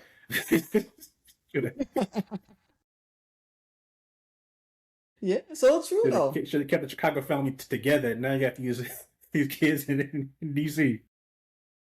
Anyway, but yes. So shout out to the first ones. Yeah, shout out to all the firstborns, you know? Yeah, yeah. Shout out to the blueprints. You guys are the blueprint though. You're all the blueprint. You know, when you for the parents, you're all the blueprint. Honestly, that's the way it works. My daughter was definitely the blueprint, you know, and then from there it was like, okay, yeah, let's capitalize off of it. That's what I've done. You know. Yeah, Shout out to all the parents, matter of fact, while we're talking, because parenting, I understand what we go through, y'all, and just shout out to all of us out here just navigating these waters with our kids, especially nowadays. Because if you are a parent of a teenager right now, I'm with you. You know, I'm with you 100%, dealing with all the stuff that you deal with, because teenagers, having a teenage child today is interesting. I was telling you about how it is with my son. My son and I like to think are really close, but I was telling you, if it wasn't for my son, you know, like in my house, it's normal to hear NBA YoungBoy. It's not, you know, and to be honest, I've heard the song so much I can sing them now. I used to think he didn't speak English. There used to be a time when my son was playing, I'm like, what the hell is he saying anyway? Like when you're listening to him, what language is he speaking? Is he speaking English? He said, of course he is. I said, oh, okay. Now he turns on the songs and I know the words, and it's crazy that I know the words to NBA YoungBoy. But I actually like him. I actually like NBA. So shout out to NBA, because I'm a fan. I'm a fan now. You've actually converted me to my son has converted me into a fan of yours. So that's what we ride out to. Good for you, NBA young boy. Because I am not. Yeah. Jay said it's a no for him. It's a no. It's a no for me.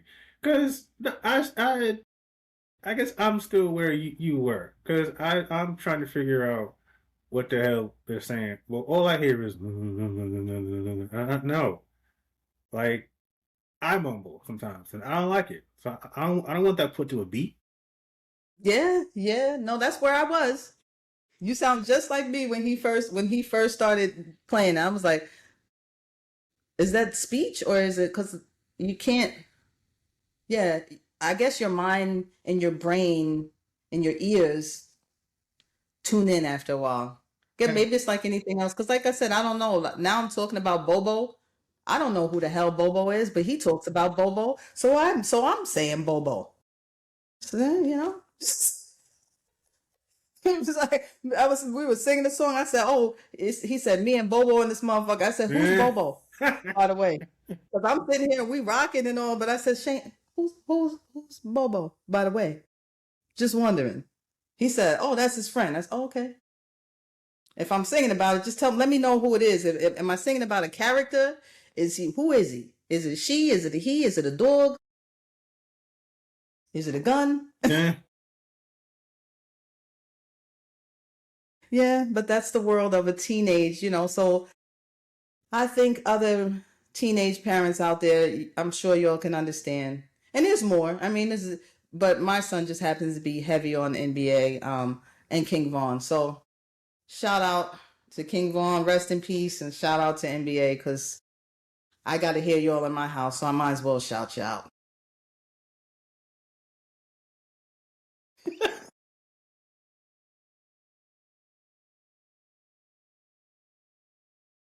That's it.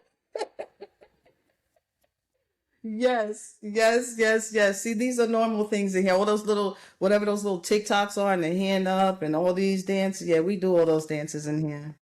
Yeah, we do all those dances. I'm like, wow. I can't. I guess maybe that makes me. Hopefully, I'm like a chill mom. I hope. I hope that they don't, because I didn't have that kind of mom 100%. I'm gonna say, no offense, mom. If you ever see this, I'm not talking no crazy stuff. I'm just saying when you weren't. Yeah, I remember listening to some music, and my mom was like, "You can't listen to that. You got to turn that off.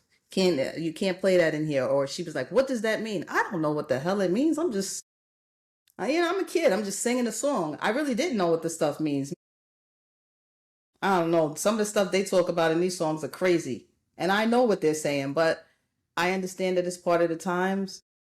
So maybe I don't want to hear about it, but I'm not gonna stop you from listening to it. I'm gonna listen to my R&B and my '90s music when I turn my playlist on. But when you turn yours on, I'll let you listen to it. It's all right. It's interesting. It's funny when you track some of the, I guess, evolution of hip hop, where your favorite rapper once rapped about, you know, dealing drugs, and then somehow we ended up with your favorite rapper rapping about taking said drugs. And I just go back to the cardinal rule that the famous street poet Christopher Wallace, aka Biggie Smalls, once said, Hey, "Never get high." on surprise. I think I just think that we lost our way, because now you're talking about Percocet, Molly Percocet, Yeah. but it do sound good to a Neptune beat. I will say that. Listen, it's the Okay, beats. it's the beats, because It's the Neptunes beats and that do. mustard make anything sound good. Yeah, and Neptune's Mustard, and there's one other guy. Um, he makes them futures. The one that Drake was dissing, he told him shut up and shut your whole ass and make some Oh, drums. What's Metro? Metro Boomin. Yeah, he got some beats though. You do. Mm-hmm. He got some beats too. I mean, Drake was right. Yeah, just make the beats, man. Just make the beats. We like them. Yeah. I guess that's, maybe this is just kind of my, get off get off my lawn moment in my life, but I guess that might kind of be one of the main differences in that. Yeah, yeah, you had to have the beats were always going to be um a needed thing, but I think there was more emphasis in placed on like storytelling and writing substance. You had to be good with your pen. Yeah, Like you yeah, now, I guess not so much, because a lot of the music today is what I call this disposable. hmm It's not to say I don't say it as like a, an inherently bad thing. It's just that it's disposable. Like I can't tell you the number one hip hop song from last year or last 2 years. I can't. I can tell you that The Bodyguard was number one soundtrack in the '90s. Like I know that. yeah, I yeah, know that. yeah. Like I'm not. Yeah, I'm not so sure if. Yeah, yeah, but it sounds like maybe you're saying that they're not creating like the timeless hits that we were more so accustomed to. You're not gonna remember a lot of these songs. You might know it right now, and it's a dance phase, or TikToks or what have you. But next year, do you remember the same song? And probably the answer is no. yeah, Yeah. I will say yeah. That's that. I mean, I don't know. It's somewhere between memorable and timeless, I would say. I don't know. I think timeless is, for me, it's only certain songs qualify as that. But yeah, Right. Next But I month, don't. next month, Who I don't made know. it? Yeah. So who made a timeless song that you can think a timeless? What's the last hip hop timeless song that you can think of? I really can't think of one. I have a, I have a feeling that the way hip hop is now, I think the timeless classic is going to be Not Like Us. But what we'll see in 5 years, because I mean, We'll see. like there was a time where diss tracks didn't win Grammys, so it's just like They did not. They did not. yeah. So I mean, I if feel like if you can win a Grammy for a diss song, who's to say? no one ever actually. I don't think anyone ever did because diss songs have never been up until then commercial. Correct. There's never really been a real commercial. I mean, people have made them, but they weren't real commercial. I think probably the one that was probably the biggest or the closest to commercial is Nas, probably Ether, and that wasn't a overall commercial hit. But that's probably the only one I really remember getting airplay from a diss track perspective before Not Like Us. And nobody's ever won a Grammy for it, for sure. Like that's kind of what I was saying. Like I think timeless is it's like it can be kind of subjective, because I think it's Ether is timeless to us.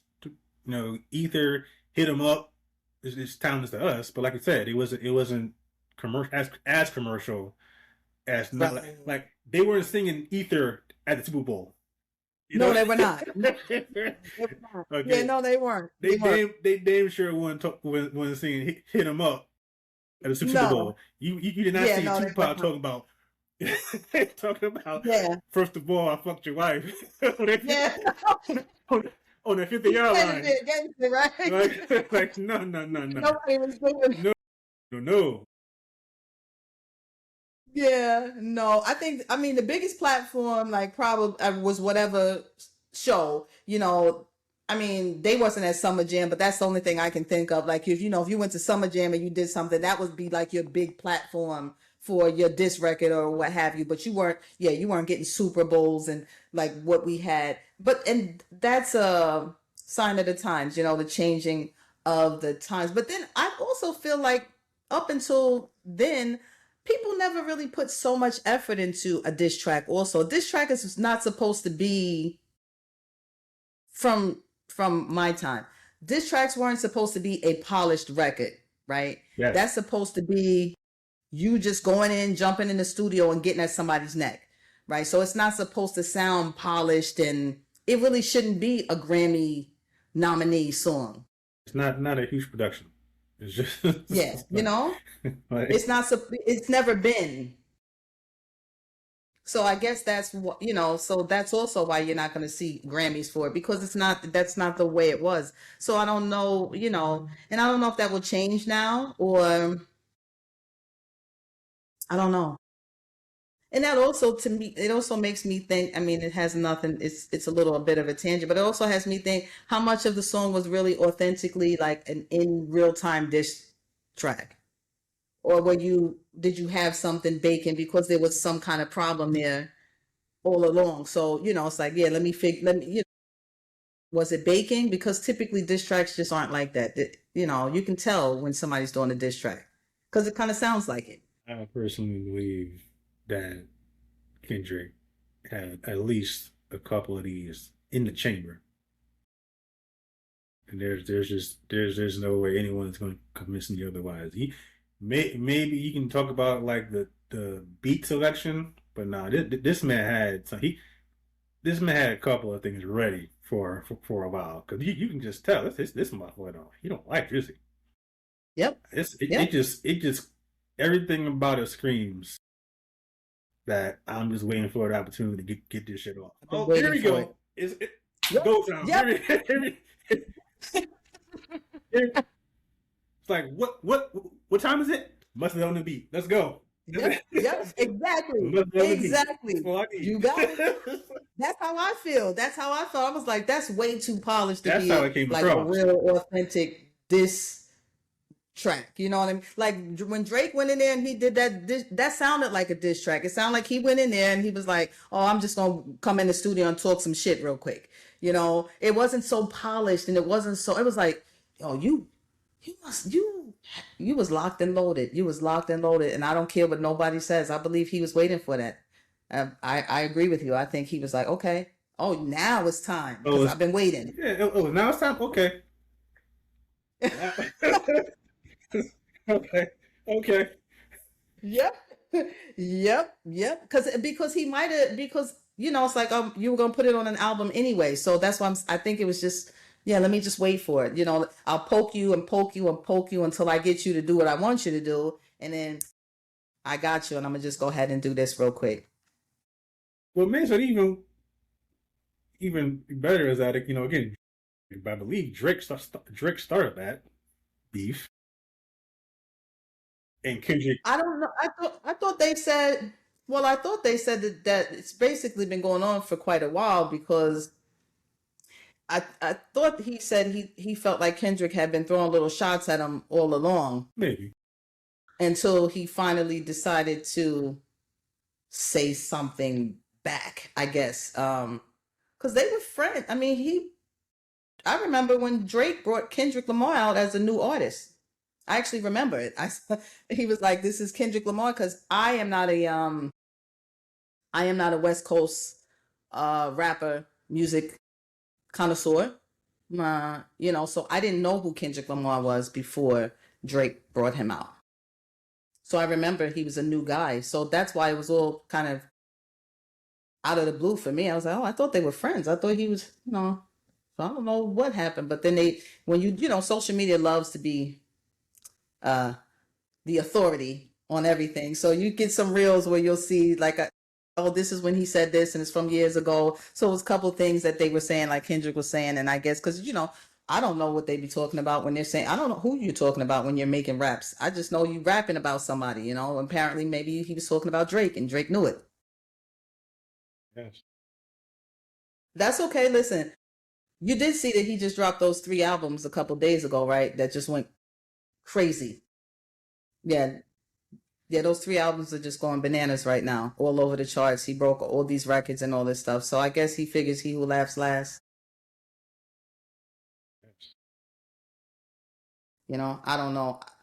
I'm not sure what they got, but it was interesting. I mean, I heard, I did hear that, and I guess I also heard that certain songs. I guess he's taking shots at several people. He is. I just don't know if he's the type of person that should be taking shots at the people he's taking shots at. Particularly when at least one of them has proven that he got shit ready. Like, there is no reason to believe that, was it 2 years later, that Kendrick ain't got at least 3 songs lined up ready to go. Yeah, I think. Yeah, I mean, you gotta hope that he blew his load. Yeah, you gotta hope that he blew his load. There's nothing about Kendrick that suggests that he emptied the clip the first time. It just. Yeah. I mean, I probably agree with that. I think I can see both sides of it. What I appreciate about Drake is that I'm sure he's very smart. So I'm sure he knows that, and he basically said, and I don't give a fuck. And I'm still going to say whatever it is I'm going to say, which I appreciate. That, yes, I do like the fact that Drake is the type of person that just keeps coming. Like, doesn't... He just, no matter how many times you beat him over the head, he keeps coming. Yep. What I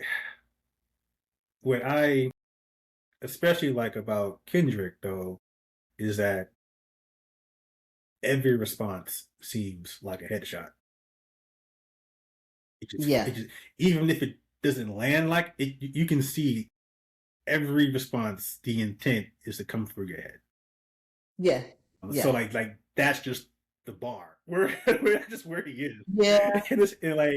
So okay, keep coming, but every time you come, it's just a headshot.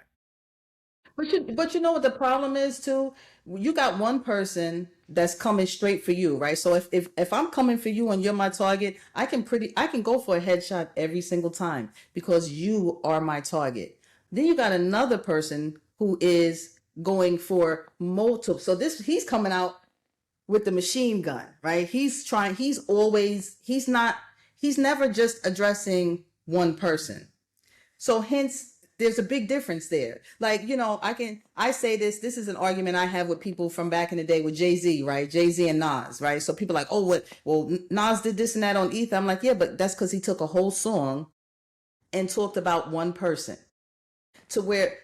but that same one person gave you maybe a verse and pissed you off so bad that you went back and made a whole song. So there's a difference. And in that song, in the takeover, how many people was he talking about? He wasn't just talking about Nas. He talked about multiple people. So it's funny because that's what I see Drake doing. When he talks, he's not giving you one whole song. He's always talking about different people. I guess because there's always multiple people coming at him. Yeah. He's because Jay-Z does that all the time. So, and Jay-Z is that's one of my favorite rappers. So we'll see. We'll see what the responses are like, because I'm sure there will be a response or several. I guess also is that, I mean, he doesn't do it. He doesn't do it as much now, but I think part of the reason it's easy to take shots at Drake is because, at least in my opinion, for a while at least, he seemed to like play into the fact that he was corny as fuck.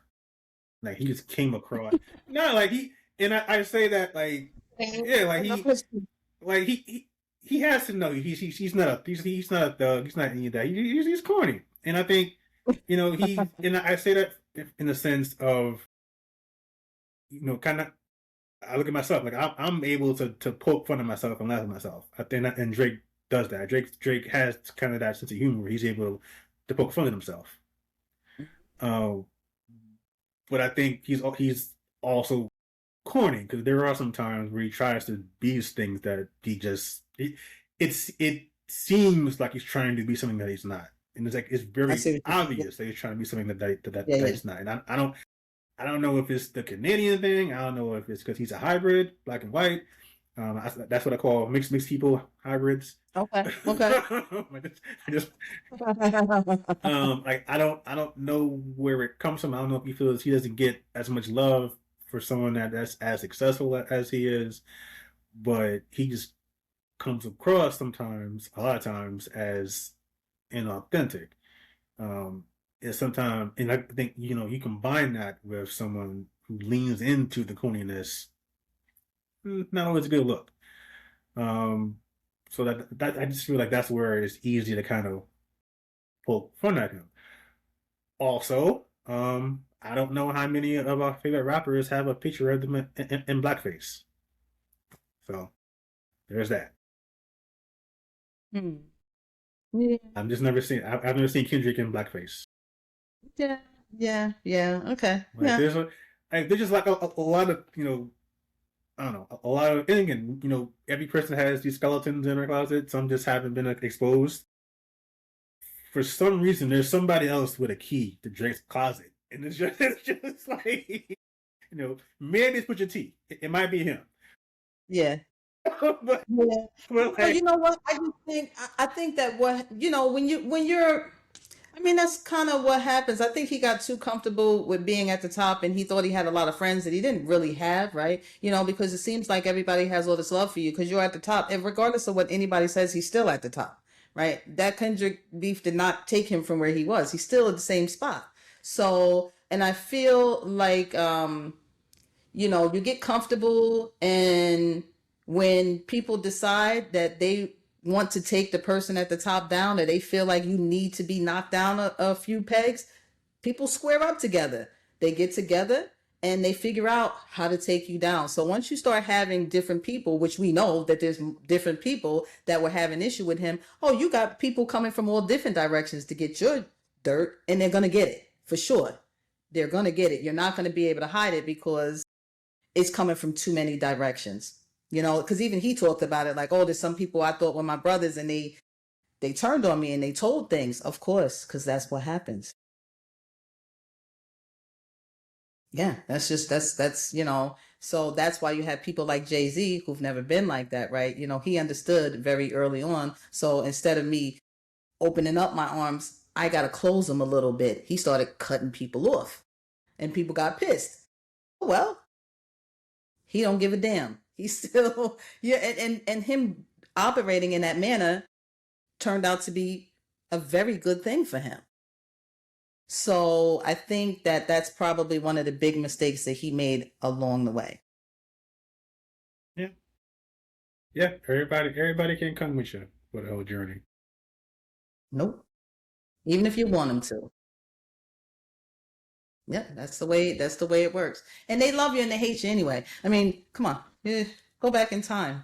They've done it to everybody. I mean, you're no different. Who are you? They did it to everybody. They did it to Michael Jackson. You know. I think they even did it to Elvis. I'm not an Elvis fan, but I think that he might have even had, you know. So I'm just saying that to cross over barriers. Those don't just happen over here. You know. I mean, people do that to people. They get sick of you after a while. And if you're a black man, you already know. And that half breed, that don't matter in the grand scheme of things. You still black. My grandmama said, if you got a drop of black blood in you, you're black. She said that's how they see us. That's what she used to always say. She's like, you know, that's what they see. We don't see it that way, but she was like, no, that's how they see you. I guess maybe from even when she was growing up too, you know, any mixed people were shunned by that other side. Somebody should tell Doja Cat that. Mm. Story for another episode, I guess. No, I know. She's just a strange bird in general, though. We have to talk about her one day, yes, because she's odd. She's odd. I'd also, in the same episode we talk about her, can we talk about what's the other lady's name? The one from Clueless. Oh, Stacey Dash? Yeah, her too. I'd like to have a conversation about Stacey Dash. Yes, let's talk about our favorite problematic celebrities. Get some guys in there also so that we're not attacking women. Sure, absolutely. Yeah, we can get some. We can definitely get some guys in there. But I think that would be good to talk about some of those things, and because I was actually, and I was going to talk to you about it. But I mean, we'll talk about it online. Doesn't matter. So I watched this. I watched this Netflix, or maybe not Netflix. Maybe it was on ID. You know, those are my two channels. But it was something about. So I never watched Friends. Okay, I don't. I know it was a show, but I myself never watched it. But I do recognize some of the people from off of the show because it was such a big show, right? Okay, so I just found out last week that Matthew Perry is deceased.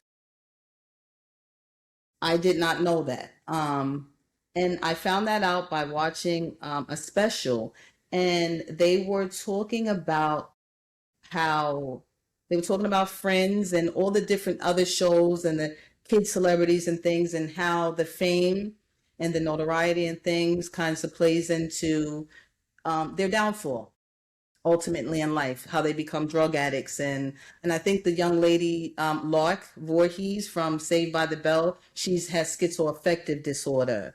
And so they talked about all of those things, and it just made me think about like all these kind of troublesome celebrities and their lives. So that's something I think is very interesting to just see how, because I do feel like fame changes people, not always for the best. I think you see there's so many people. I mean, the list is too long to, you know, count. I mean, Michael Jackson's on that list, Whitney Houston's on that list, Prince is on that list. You know, some of our greats are on that list. I mean, as well as some of these younger people that have died from overdoses and things recently. A couple of the rappers, I think, I forget the one gentleman's name, but you know, all of them. It's a dark place often, fame and celebrity. All right, folks, look at that. Episode and staff meeting, all in one.